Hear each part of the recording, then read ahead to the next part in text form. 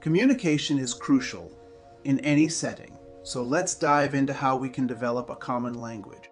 Having a respectful and civil common language is essential in the workplace for several reasons. Here are some of the most important ways. Encourages mutual respect. When colleagues use respectful language with each other, it fosters mutual respect and creates a positive work environment. It helps in building a team-oriented culture where everyone feels valued and respected, regardless of their position or seniority. Prevents misunderstandings. The use of clear and precise language can prevent misunderstandings between colleagues. When people communicate effectively, they are less likely to misinterpret what others are saying. It can also help in avoiding conflicts that arise from miscommunication or misunderstanding. Promotes diversity and inclusion. Using respectful and civil language in the workplace promotes diversity and inclusion. It creates a culture where people from different backgrounds feel welcome and accepted. It also helps in avoiding language that may be offensive or insensitive to others, ensuring everyone feels comfortable and safe. Having a respectful and civil common language in the workplace is critical for building a positive work environment, preventing misunderstandings, and promoting diversity and inclusion. It is essential to communicate effectively and respectfully with colleagues to ensure everyone feels valued and respected. Here are a few things we can do to ensure we communicate with a civil and respectful tone. Understand the context. First things first, context is everything. When developing a common language, we need to consider the context of our communication.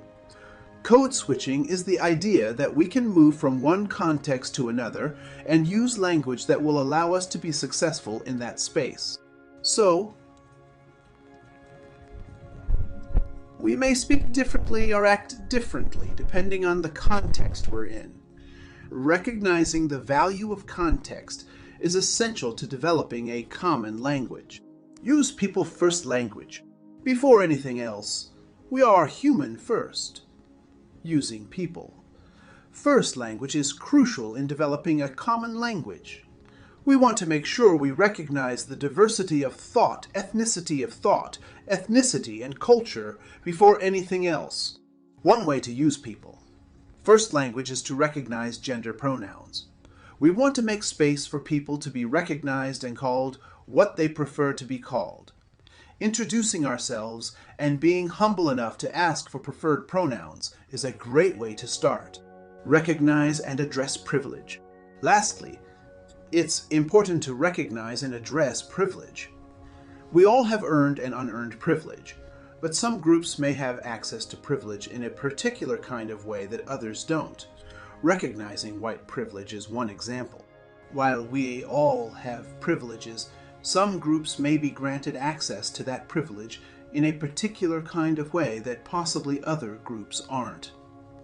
It's important to recognize and address privilege so that we can move towards developing a common language. That's it for today's video on developing a common language. Remember to understand the context, use people, first language, and recognize and address privilege. Communication is crucial in any setting, and developing a common language is essential to effective communication. Don't forget to like, subscribe, and share.